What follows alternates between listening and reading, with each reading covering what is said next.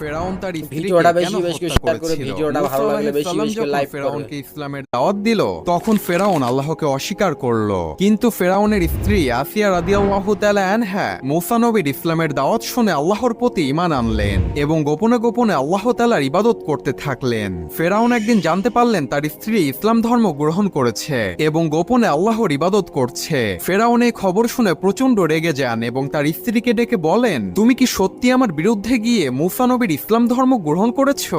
আসিয়া তখন সাহসের সাথে উত্তর দিয়ে বললেন, হ্যাঁ, আমি আল্লাহর উপর ঈমান এনেছি, যিনি সকল কিছুর সৃষ্টিকর্তা। ফেরাউন তখন রাগান্বিত হয়ে তার সৈন্যবাহিনীদেরকে ডেকে তার স্ত্রীর কঠিন শাস্তির ব্যবস্থা করতে বললেন এবং তার স্ত্রীকে নির্মমভাবে হত্যা করা হলো। মৃত্যুর পূর্বে আল্লাহ তাআলা আসিয়া রাদিয়াল্লাহু তাআলা আনহাকে জান্নাতের একটি দৃশ্য দেখালেন, যা দেখে তার মুখ উজ্জ্বল হয়ে গেল এবং সে খুশি মনে মৃত্যুবরণ করলেন। সুবহানাল্লাহ। ফেরাউন তার